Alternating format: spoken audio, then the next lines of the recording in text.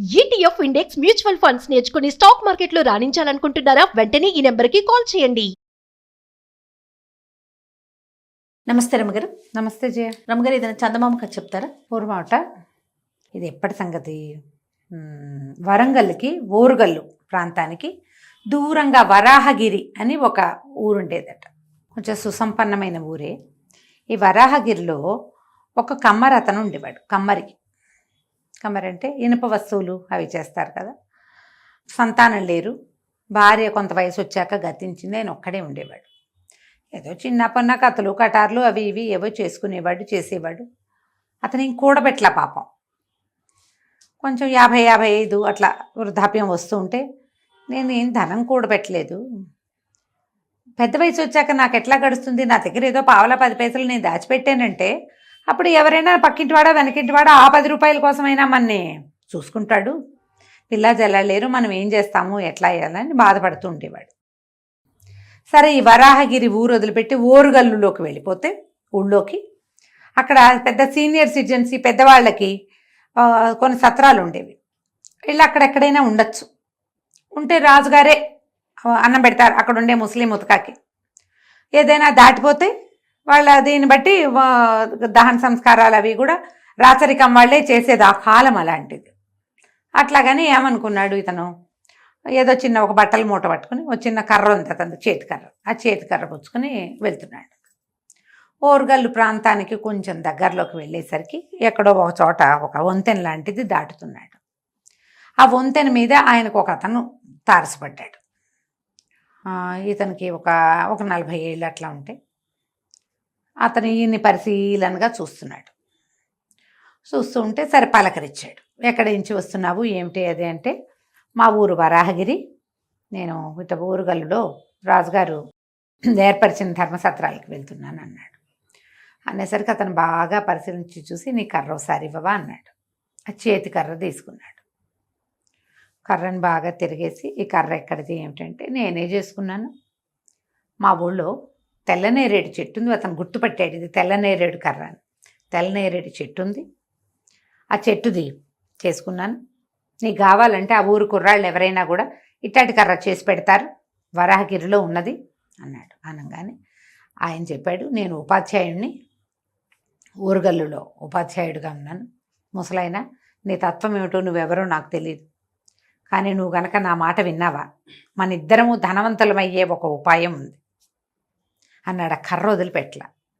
ఈ ముసలి కమ్మరి అన్నాడు, నువ్వేమనుకుంటున్నావో నాయనా, ఇది కేవలంగా దొరికే తెల్లనేరేడు కర్ర, మా ఊరు వెళ్తే నీకు తయారవుతుంది, దీంట్లో ఏమీ లేదు, ఇది ఒట్టి కర్రే, నేనే చెక్కాను, చెట్టుకొమ్మ విరిచి నేనే చెక్కుకున్నాను, గట్టిగా ఉంటుంది, ఇది విరగదు పగలదు, వాతావరణానికి మారదని నేను ఈ కర్రతో చేసుకున్నాను, ఇది కేవలమైన కర్రే అంటే, కాదు నీకు తెలీదు, అక్రమ్ ఖాన్ అని ఒక దారి దోపిడీ దొంగ ఉండేవాడు ఇది వరకు ఈ ప్రాంతంలో.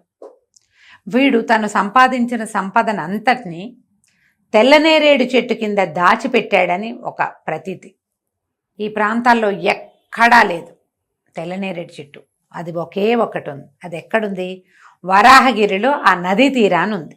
ఓకే, ఇప్పుడు నువ్వు చెప్తున్నది అదే అయితే, మనిద్దరం కలిసి దాని కింద తవ్వేమా, అంతులేని సంపద మన సొంతం అవుతుంది, ఎవ్వరికీ చెప్పద్దు, నువ్వు నేను ఈ పని చేద్దాం అనగానే ఆశ్చర్యపోయాడు. నిజమా బాబు అన్నాడు.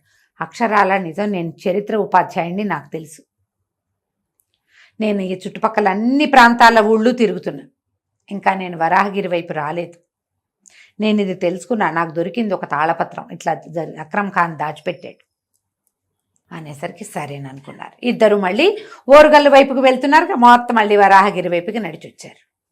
రాత్రి చీకటి పడ్డాక కమ్మరి తన ఇంటికి వెళ్ళి గుణపాలు పారా పట్టుకొచ్చాడు.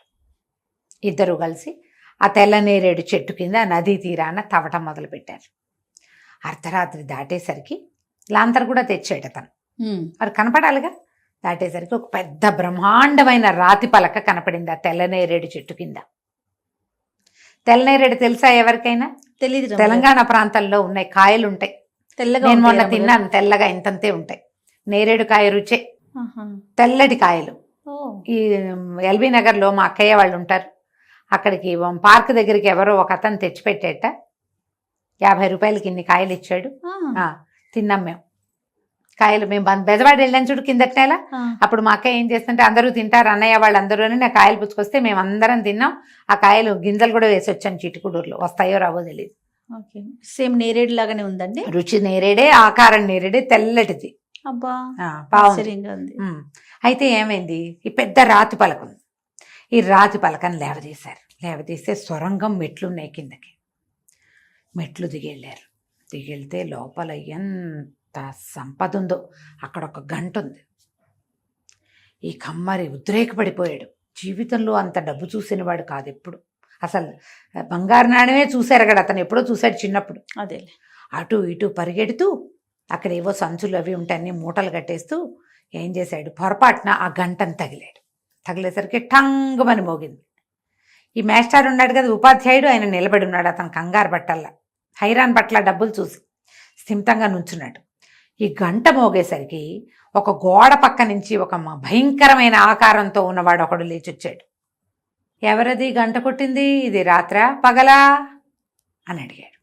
నిర్ఘాంతపోయాడు కమ్మరాయన. తెత్తమెమ్మెమ్మెమ్మె అన్నాడు. ఉపాధ్యాయుడు చెక్కు చెత్తర్లు అట్లాగే నిలబడి ఇది పట్టపగలు అన్నాడు. ఓ పగలా, సరే అని ఆ భయంకర ఆకారుడు పోయి మళ్ళీ పడుకుని నిద్రపోయాడు. భయం వేసి వీడెవడండి అన్నాడు. అంది వీడు ఇక్కడ కాపలా ఉంటుంటాడు. యక్షుడో రాక్షసుడో మనకు తెలీదు. గంట జాగ్రత్త, దాన్ని మాత్రం ముట్టుకోవద్దు. ఒకవేళ పొరపాటున గంట తగిలితే అతను లేచి వచ్చి అడిగితే నేను చెప్పిందే చెప్పు, పట్టపగలు అని చెప్పాలి. వెళ్ళి పడుకుంటాడు. ఇద్దరు కలిసి శుభ్రంగా మూటలు కట్టేసుకున్నారు. అతను కూడా హైరాన్ పడకుండా బాగా చేతికి అందింది తను మోయగలిగినంత సంపద పుచ్చుకొని బయటకు వచ్చేసాక ఏం చేశారు, ఆ రాతి పలకని యథాప్రకారం మూసేసి దాన్ని నిండా మట్టి కప్పేశారు. కమ్మరాయన వరాహగిరి వెళ్ళిపోయాడు. ఉపాధ్యాయుడు ఓరుగల్లు వెళ్ళిపోయారు. ఈ కమ్మరి ఊళ్ళోకి వచ్చాక ఇల్లు కట్టుకున్నాడు శుభ్రంగా. ఇద్దరు ముగ్గురు పని వాళ్ళని వంట చేసి పెట్టడానికి ఒకళ్ళని, ఇల్లు వాకిలి తుడిచి బుడిచి తనకు సహాయం చేయడానికి ఒకళ్ళని, ఒక గొడ్డు గోదా వాకిట్లో ఒక మనిషిని అరేంజ్ చేసుకున్నాడు. 6 నెలలు సుఖంగా గడిచింది. 6 నెలల తర్వాత ఇతనికి ఏమనిపించింది, ఎంత సంపద ఉంది అక్కడ, ఇంకా కొంచెం తెచ్చుకోవచ్చు కదా నేను వెళ్ళి. నేను 55-60 ఏళ్ళు వస్తున్నాయి, నా అంతే తీసుకెళ్ళాడు, అతను వస్తాడేమో ఒకవేళ అని చెప్పి ఒకరోజు ఏం చేశాడు, హైరానగా వెళ్ళాడు తెచ్చుకుందామని. రాతి పలక తోసాడు పక్కకి, దిగాడు కిందకి. దిగి ఇవన్నీ సవరిస్తుంటే గంట మాట మర్చిపోయాడు. మూటలు కట్టాడు. గంట తగలంగానే భయంకరాకారుడు లేచి నుంచున్నాడు. ఎవరు వాళ్ళు, ఇది రాత్రా పగలా అన్నాడు. ఇతను వెళ్ళింది ఎప్పుడు, అర్ధరాత్రి. మమ్మని రాత్రే రాత్రే రాత్రే అన్నాడు. ఎప్పుడైతే రాత్రే అన్నాడో ఆ భయంకరాకారుడు ఒక్క ఉదురున్న దూరంగా నుంచున్నాడు. ఇతనికి గోడ దగ్గర ఉన్నాడు, ఇతను యువతలే ఉన్నాడు. ఒక్క అంగలో వచ్చి ఒడిచిపెట్టేసుకున్నాడు. దొంగ వెధవా, అక్రమ్ ఖాన్ సంపదను దాచిపెట్టిందంతా పట్టుకెళ్దామనుకున్నావా?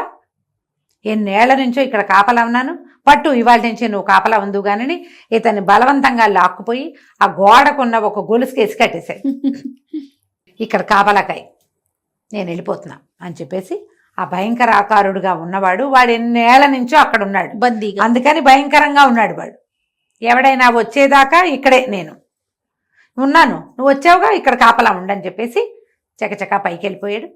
ఆ రాతి పలక మోసేసి మట్టి కప్పేసి వెళ్ళిపోయాడు. తను వదిలిపెట్టిన సంపద అంతా ఇక్కడే ఉంది. మాస్టర్ మళ్ళీ రాలేదు, ఉపాధ్యాయుడిని సంతోషించాడు. ఉపాధ్యాయుడు రాడు, అతనికి తెలుసు ఇక్కడ ఉన్న సమస్య. ఇతనికి కేవలం సంపదే తెలిసింది కానీ సమస్య తెలీదు. ఎందుకంటే అసలు విషయం తెలుసుకున్న ఉపాధ్యాయుడు వీడికి హింట్ ఇచ్చాడు. ఎంత తెచ్చుకున్నామో దాంతో తృప్తి పడితే సరిపోయేదిగా. ఉపాధ్యాయుడు మాత్రం మళ్ళీ రాల. ఇతను ఇక్కడే ఉండిపోయాడు. ఆ ఊళ్ళో వాళ్ళంతా ఆశ్చర్యపోయారు. ఇంత ఇల్లు కట్టుకున్నాడు, పని వాళ్ళని పెట్టుకున్నాడు, కమ్మరాయన ఏమయ్యాడు? ఏమీ లేదు. మెల్లిగా ఆ పని వాళ్ళ సొంతం అయిపోయింది ఆ ఇల్లు. అంతే. మరి వాళ్ళు రోజు వస్తున్నారు, ఆయన రాలేదు. ఇంట్లో ఉన్న సొమ్ము సంపద వాళ్ళదేగా, వాళ్ళకి తెలుసుగా ఏది ఎక్కడుందో. హాయిగా ఆ ఇంట్లో స్థిరపడి వాళ్ళు స్థిమితంగా ఉన్నారు. అత్యాశపరుడైన వాడు భూగర్భంలో కూర్చుని ఉన్నాడు. కథ కంచికి మనం ఇంటికి. చూసారా, వచ్చిందంత తృప్తి లేదు చూడండి. ఎవ్వరికీ ఉండదమ్మా, ఉండదమ్మ గారు. లోకమే తృప్తి లేని లోకం ఇది. అంతే, లోక సహజం. నమస్తే. నమస్తే.